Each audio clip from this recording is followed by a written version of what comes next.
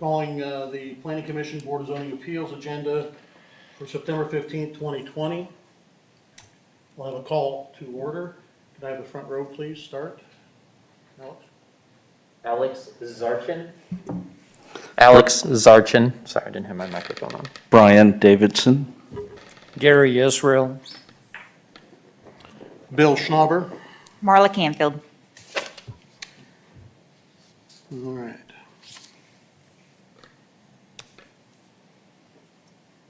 Everybody have a chance to look at the minutes from the last meeting of August 18th?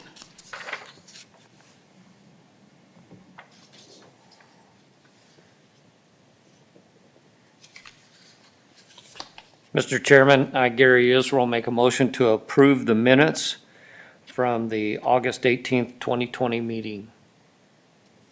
I have a motion to approve. Do I have a second? I, Alex Zarchin, second that motion. I have a motion to approve and a second. All those in favor say aye. Aye. Those opposed? It passes. Thank you. Item number 4, communications, committee and staff report. You'll notice now that we're on the iCompass system that those minutes will be under this tab. Tonight you have just the subdivision committee minutes from the last meeting. Okay.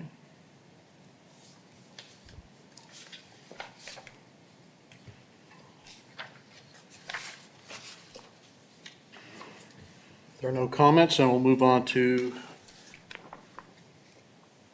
item number 5. Mr. Chairman, I, Gary Israel, make a motion to recess the Planning Commission and convene the Board of Zoning Appeals. I, Brian Davidson, second. Have a motion and a second to recess the planning commission, convene the Board of Zoning Appeals. All those in favor say aye. Aye. Those opposed? All right. Case number BZA V 2020-03. Public hearing on an application for a variance to construct a storage structure on the property generally located at 318 East Manor Road, Andover, Kansas. Applicant desires to add on 576 square feet to an existing 576-foot detached accessory structure. Subject property provides ample lot area and adequate separation from surrounding properties.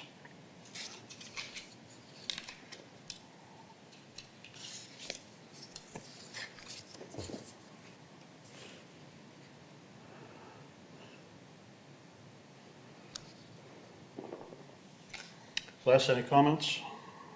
I think that pretty well explains it. This is the typical case to have a larger accessory structure than the regulations allow, and the variance will permit that. Okay.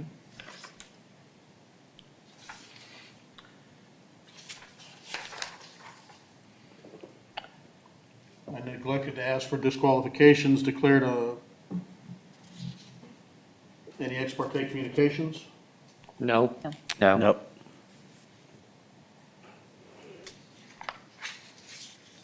Okay. Is the applicant present? Come up to the podium there, sir. State your name and address.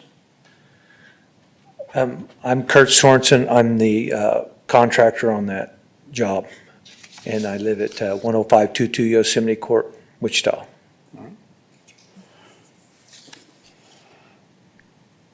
Can you go into any further detail on any of the information that's already in front of us? Pardon me? Can you go into any further detail as to the information that we have in front of us? All I can tell you is that Mr. Christensen wanted to add on to the property so he could have a storage place in the back and park his vehicles in the front.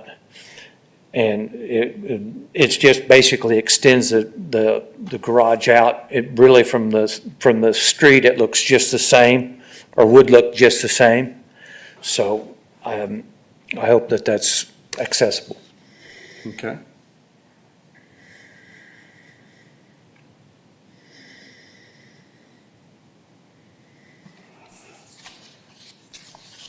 Any questions for the applicant? Yes, I have a question. If he's adding on, is it gonna be the same style, same construction, same materials? So it will look like one seamless? Yes, really, we're just adding 3 walls to the existing structure, so it's just coming straight out. And I mean, and we're gonna site it and roof it exactly the same roof pitch, same amount of garage doors. He had 2 small garage doors, he wanted to keep the same garage doors, so, Okay, thank you very much. okay? Any other questions?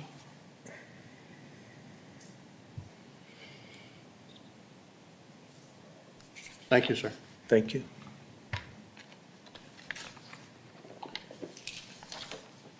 I also omitted notification. Official notice of this hearing was published in the Butler County Times-Gazette on August 22nd, 2020. Notices were mailed to the applicant and 11 real property owners of record in the area of notification on August 17th, 2020. The record shows that at least 20 days have elapsed between the publication and mailing dates and the hearing date. Unless there is evidence to the contrary from anyone present, I will declare that proper notification has been given. My apologies for getting out of order there. It's that new electronic version there. Well, I'm bouncing back between both here. All right.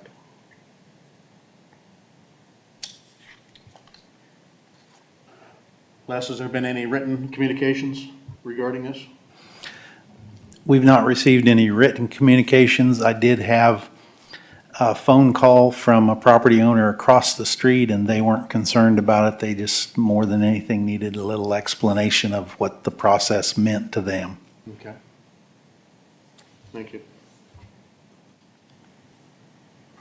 If we don't have any further questions, I'll move on here.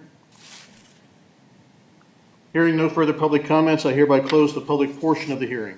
There will be no further public comments unless the board wishes to ask questions to clarify information. The board will now deliberate the request to determine whether the evidence presented supports the conclusions of the required findings of fact. The board will now consider the criteria provided for evaluation.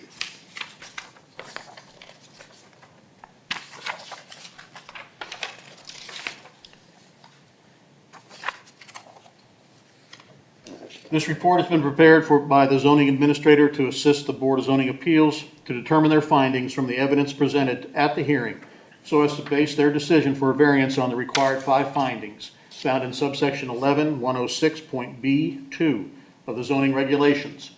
The board may grant a request upon specific written findings of fact when all 5 conditions, as required by state statutes, are found to exist. The responses provided need to be evaluated with the evidence and reworded as necessary to reflect the Board of Zoning Appeals' considered opinion.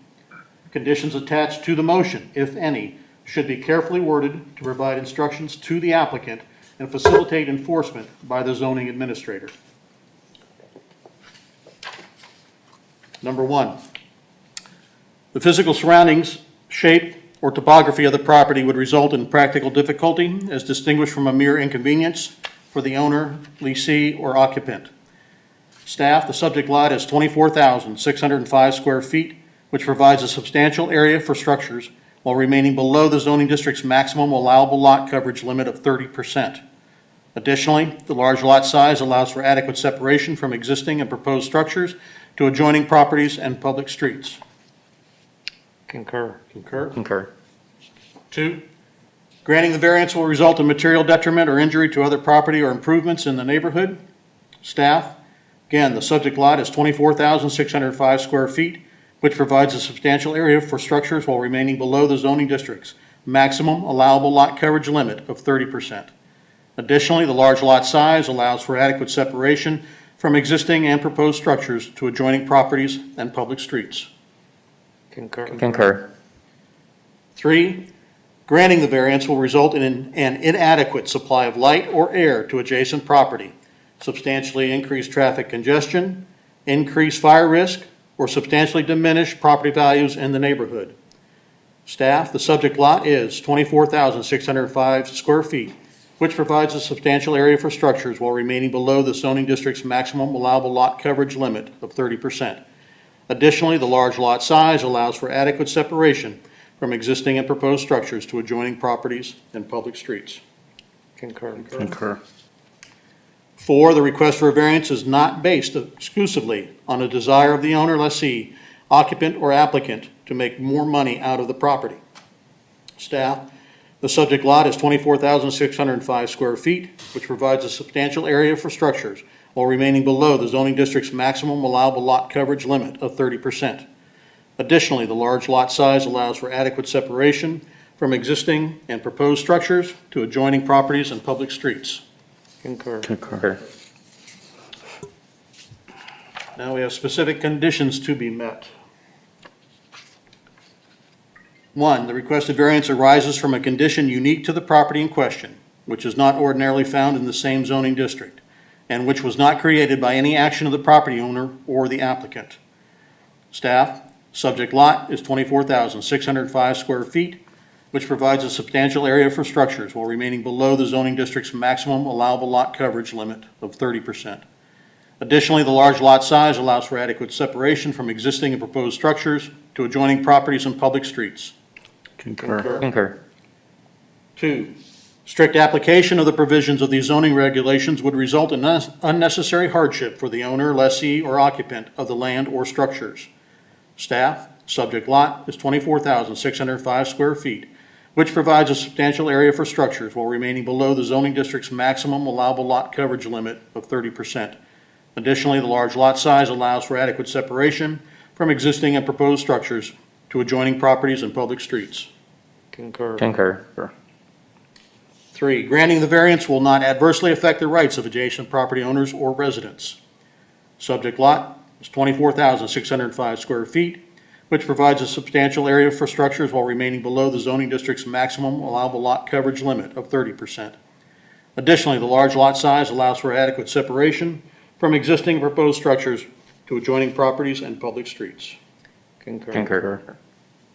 4, the requested variance will not adversely affect the public health, safety, morals, order, convenience, prosperity, or general welfare. The subject lot is 24,605 square feet, which provides a substantial area for structures while remaining below the zoning district's maximum allowable lot coverage limit of 30%. Additionally, the large lot size allows for adequate separation from existing and proposed structures to adjoining properties and public streets. Concur. Concur. 5, the requested variance will not be opposed to the general spirit and intent of these zoning regulations. Staff, the subject lot is 24,605 square feet, which provides a substantial area of structures while remaining below the zoning district's maximum allowable lot coverage limit of 30%. Additionally, the large lot size allows for adequate separation from existing and proposed structures to adjoining properties and public streets.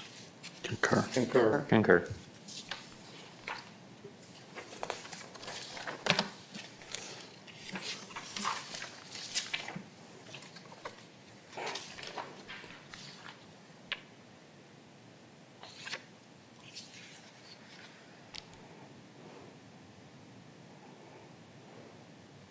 Okay.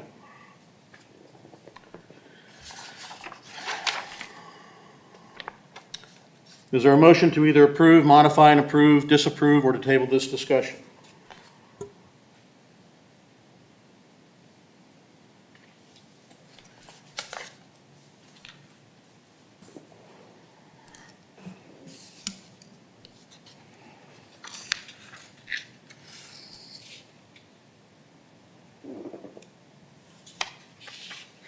Mr. Chairman, after having considered the evidence at the hearing and determined that the findings of fact have been found to exist that support all 5 conditions set out in subsection 11-106.B2 of the zoning regulations and KSA 12-759E, I, Gary Israel, move that the chairperson be authorized to sign a resolution granting the variance for case number BZA-V-2020-03 as requested.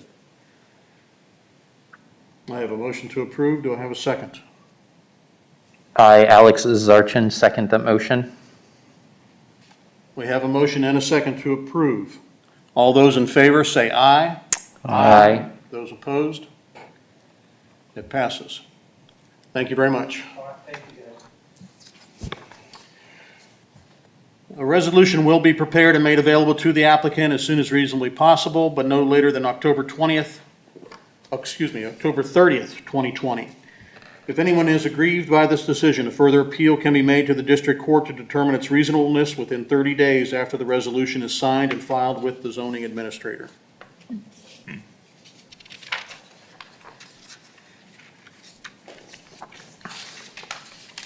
Mr. Chairman, I, Gary Israel, make a motion to adjourn the Board of Zoning Appeals and reconvene the Planning Commission. I, Brian Davidson, second. We have a motion and a second to adjourn. All those in favor say aye. Aye. Those opposed? Thank you. Number 7, member items. Well, one thing I just, excuse me, Mr. Chairman. One thing I just noticed in having a paper packet and an electronic version, I couldn't find this in the electronic version. Am I not seeing it somewhere? It's the motions. Yeah, we're experimenting a little bit on how we present that to you. Okay, You, I think, caught on to it, Gary, that it's in the first page summary of the agenda item.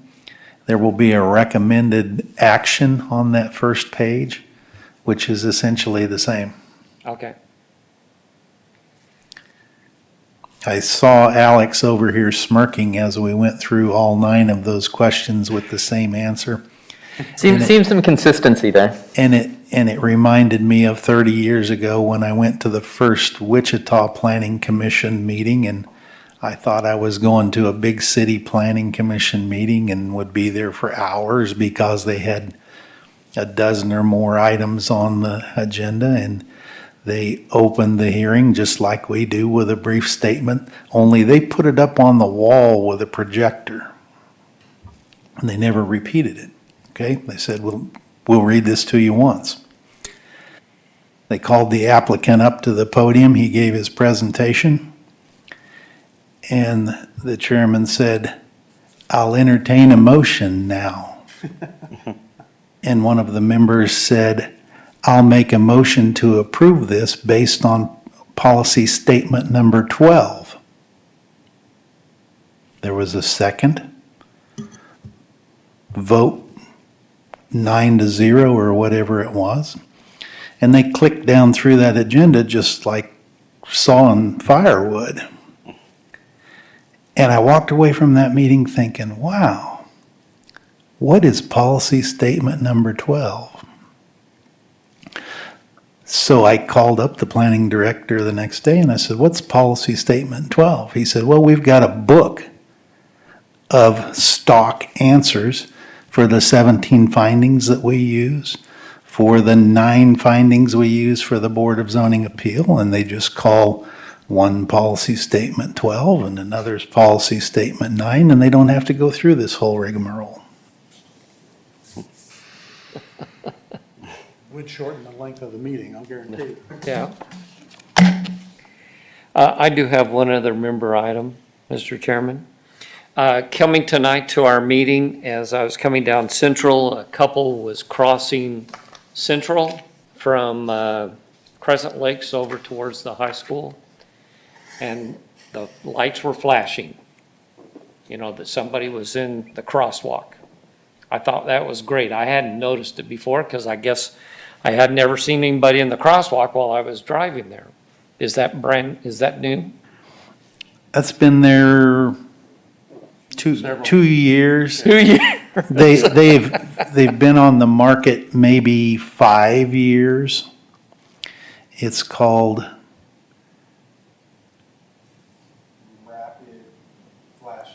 Rectangular Rapid Flashing Beacon.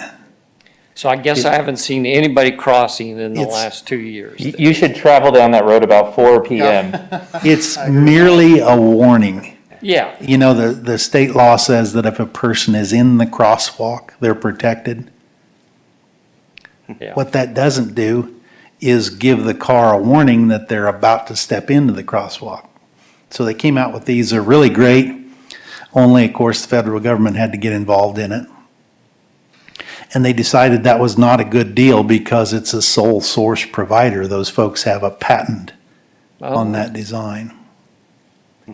So there is one on Andover Road at Redbud, Yes, which I use all the time when I'm out riding, if there's traffic.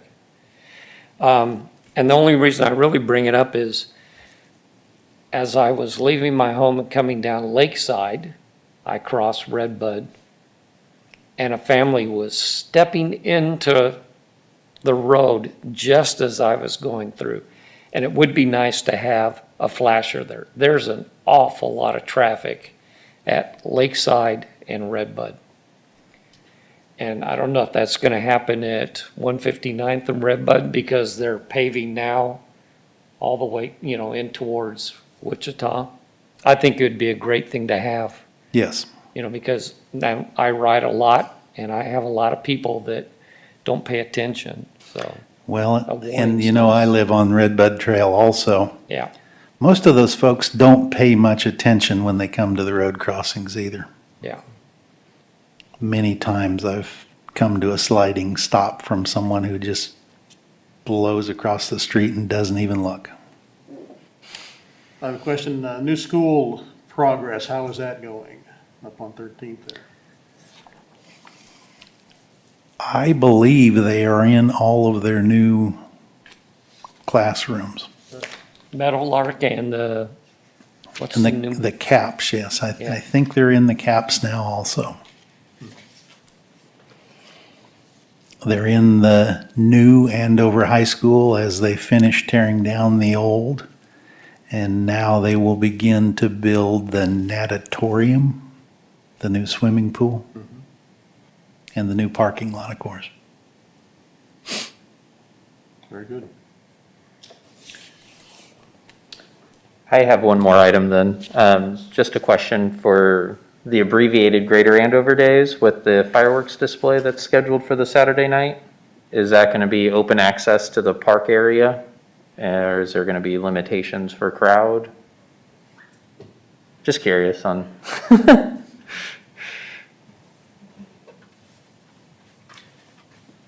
So we'll communicate some further instructions as we get a little bit closer, but we are going to encourage attendees remain in or around their vehicles. City staff will not be patrolling and enforcing any of that. So that'll be our recommendation that we'll advertise. As we get closer, we will publish a map of available parking spaces. So we'll highlight in front of the playground, out here in front of City Hall and the library. We'll also have south of the amphitheater open for parking. And then we also have the school parking lots reserved as well. So we're going to encourage people stay at their cars or near their cars. Yorktown Parkway will be closed, so they will set the fireworks up actually in the road. Okay.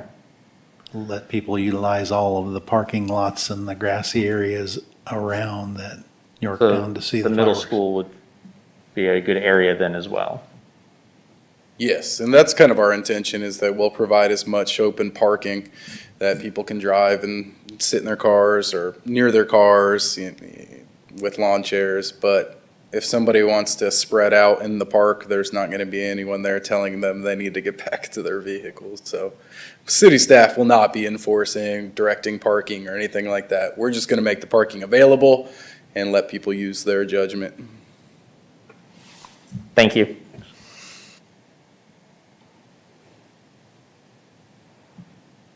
Anything else? And I'm looking for a motion to adjourn.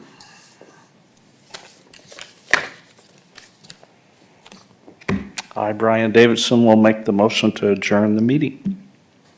I have a motion, I need a second. I, Alex Zarchin, second the motion. We have a motion and a second to adjourn September 15th, 2020 Planning Commission Board of Zoning Appeals meeting. All those in favor say aye. Aye. Those opposed? Thank you.